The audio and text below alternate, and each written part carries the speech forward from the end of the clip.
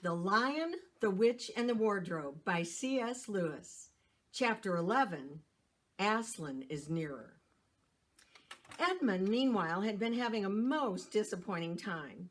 When the dwarf had gone to get the sledge ready, he expected that the witch would start being nice to him, as she had been at their last meeting. But she said nothing at all. And when at last Edmund plucked up his courage to say, "Please, your majesty, could I have some Turkish delight? You said—" "Silence, fool," she answered. And then she appeared to change her mind and said as if to herself, "And yet it will not do to have the brat fainting on the way." And once more clapped her hands. Another dwarf appeared. "Bring the human creature food and drink," she said. The dwarf went away and presently returned, bringing an iron bowl and some water in an iron plate with a hunk of dry bread on it. He grinned in a repulsive manner as he set them down on the floor beside Edmund and said, "Turkish delight for the little prince? Ha, ha, ha." "Take it away," said Edmund sulkily. "I don't want dry bread." But the witch suddenly turned on him with such a terrible expression on her face that he apologized and began to nibble on the bread, though it was so stale he could hardly get it down. "You may be glad enough of it before you taste bread again," said the witch. While he was still chewing away, the first dwarf came back and announced that the sledge was ready. The white witch rose and went out, ordering Edmund to go with her. The snow was again falling, and as they came into the courtyard, she took no notice of that and made Edmund sit beside her on the sledge. But before they drove off, she called Fenris Ulf, and he came bounding like an enormous dog to the side of the sledge. "Take with you the swiftest of your wolves and go at once to the house of the beavers. Kill whatever you find there. If they're already gone, then make speed to the stone table. But do not be seen. Wait for me there in hiding. I meanwhile must go many miles to the west before I find a place where I can drive across the river. You may overtake these humans before they reach the stone table. You know what to do if you find them." "I hear and I obey, O Queen," growled the wolf, and immediately shot away into the snow and darkness as quickly as a horse can gallop. In a few minutes he had called another wolf and was with him down on the dam, sniffing at the beaver's house, but of course they found it empty. It would have been a dreadful thing for the beavers and the children if that night had remained fine, for the wolves would have then been able to follow their trail, and 10 to 1 they would have overtaken them before they got to the cave. But now that the snow had begun again and the scent was cold, even the footprints were covered up. Meanwhile, the dwarf whipped up the reindeer, and the witch and Edmund drove out under the archway and on and away into the darkness and cold. This was a terrible journey for Edmund, who had no coat. Before they had been going a quarter of an hour, all the front of him was covered with snow. And soon he stopped trying to shake it off, because as quickly as he did that, a new lot gathered, and he was so tired. Soon he was wet to the skin, and oh, how miserable he was. It didn't look now as if the witch intended to make him king. All the things he had said to make himself believe that she was good and kind and that her side was really the right side sounded silly to him now. He would have given anything to meet the others at this moment, even Peter. The only way to comfort himself now was try to believe that the whole thing was a dream and that he might wake up in any moment. And as they went on, hour after hour, it did come to seem like a dream. This lasted longer than I could describe, even if I wrote pages and pages about it. But I will skip on to the time when the snow had stopped and the morning had come and they were racing along in the daylight. And still they went on and on with no sound but the everlasting swish of the snow and the creaking of the reindeer harness. And then at last the witch said, "What have we here? Stop!" And they did. How Edmund hoped she was going to say something about breakfast, but she had stopped for quite a different reason. A little way off the foot of a tree sat a merry party, a squirrel and his wife with their children, and 2 satyrs and a dwarf and an old dog fox, all on stools round a table. Edmund couldn't quite see what they were eating, but it smelled lovely, and there seemed to be decorations of holly, and he wasn't at all sure that he didn't see something like plum pudding. At that moment, when the sledge stopped, the fox, who was obviously the oldest person present, had just risen to his feet, holding a glass in its right paw as if it was going to say something. But when the whole party saw the sledge stopping and who was in it, all the gaiety went out of their faces. The father squirrel stopped eating with his fork halfway to his mouth, and one of the satyrs stopped with its fork actually in his mouth, and the baby squirrel squealed with terror. "What is the meaning of this?" asked the White Witch. No one answered. "Speak, vermin, or do you want my dwarf to find you a tongue with his whip? What is the meaning of all this gluttony, this waste, this self-indulgence? Where did you get all these things?" "Please, your majesty," said the fox, "we were given them, and if I might be so bold as to drink to your majesty's good health—" "Who gave them to you?" "Father Christmas," stammered the fox. "What?" roared the witch, springing from the sledge and taking a few strides nearer to the terrified animals. "He has not been here. He could not have been here. How dare you? But no, say you have been lying, and you shall even now be forgiven." And at that moment, one of the young squirrels lost its head completely. "He has! He has! He has!"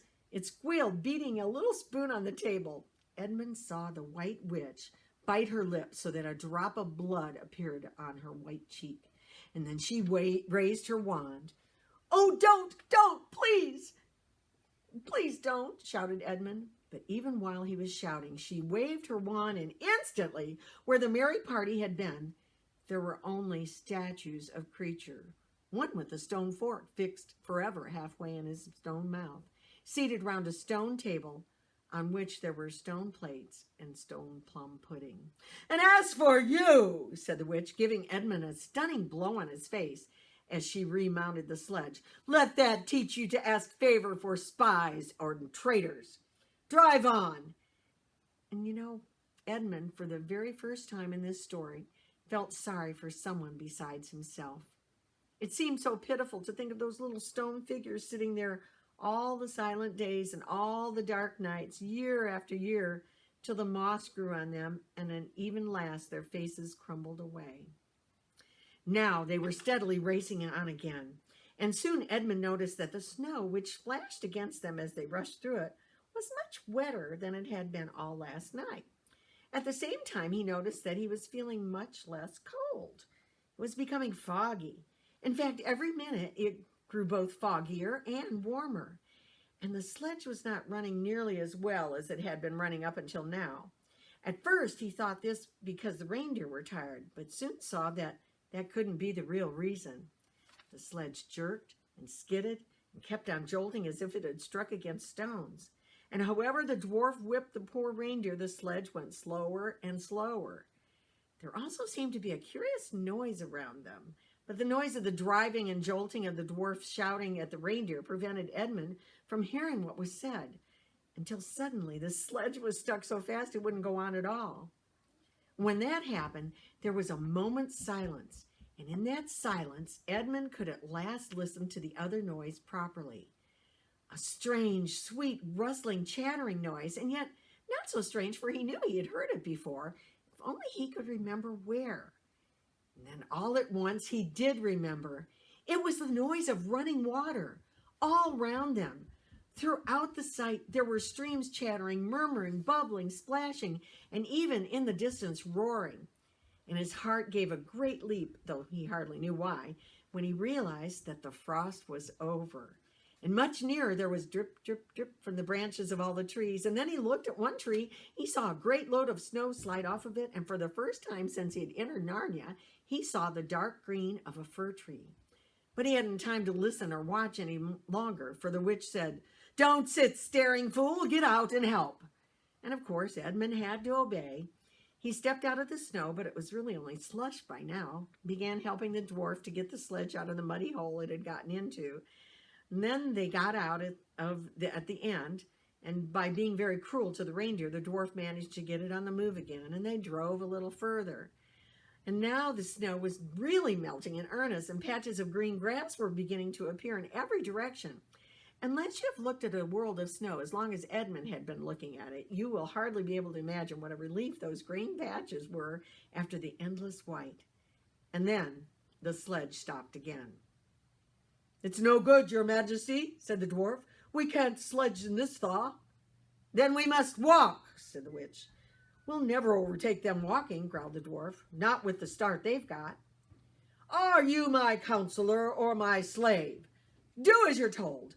Tie the hands of the human creature behind it and keep hold at the end of the rope.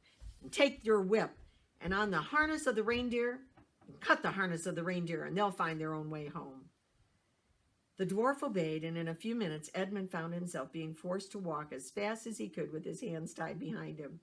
He kept on slipping in the slush and mud and wet grass. Every time he slipped, the dwarf gave him a curse and sometimes a flick of the whip. The witch walked behind the dwarf and kept on saying, "Faster, faster!" Every moment, the patches of green grew bigger and the patches of snow grew smaller. Every moment, more and more the trees shook off their robes of snow. Soon, wherever you looked, instead of white shapes, you saw the dark green of firs or the black, prickly branches of the bare oaks and beeches and elms. Then the midst turned to white gold and presently cleared away altogether. Shafts of delicious sunlight struck down on the forest floor, and overhead you could see the blue sky between the treetops. Soon there came more wonderful things happening. Coming up suddenly around into the corner, a glade of silver birch trees, Edmund saw the ground covered in delicious with little yellow flowers, celandines. The noise of water grew louder. Presently they actually crossed the stream. Beyond it they found snowdrops growing. "Mind your own business," said the dwarf when he saw that Edmund had turned his head to look at them. He gave the rope a vicious jerk. But of course this didn't prevent Edmund from seeing. Only 5 minutes later he noticed a dozen crocuses growing round at the foot of an old tree, gold and purple and white. And then came the sound of an even more delicious than the sound of water. Close beside the path they were following, a bird suddenly chirped from beneath the branch of a tree. It was answered by the chuckle of another bird a little farther off, and then as if it had been a signal, there was chattering and chirruping in every direction, and then a moment of full song, and within 5 minutes the whole wood was ringing with birds' music. And wherever Edmund's eyes turned, he saw birds alighting on branches and sailing overhead and having their little quarrels. "Faster, faster," said the witch. There was no trace of fog now. The sky became bluer and bluer, and now there were white clouds hurrying across it from time to time. In the wide glades there were primroses. A light breeze sprung up, which scattered drops of moisture from the swaying branches and carried cool, delicious scents against the faces of the travelers. The trees began to come fully alive. The larches and birches were covered with green, the labyrinths with gold. Soon the beech trees had put forth their delicate, transparent leaves. As the travelers walked under, the light also became green. A bee buzzed across their path. "This is no snow. This is no thaw," said the dwarf, suddenly stopping. "This is spring. What are we to do? Your winter has been destroyed. I tell you, this is Aslan's doing." "If either of you mention that name again," said the witch, "he shall be instantly killed."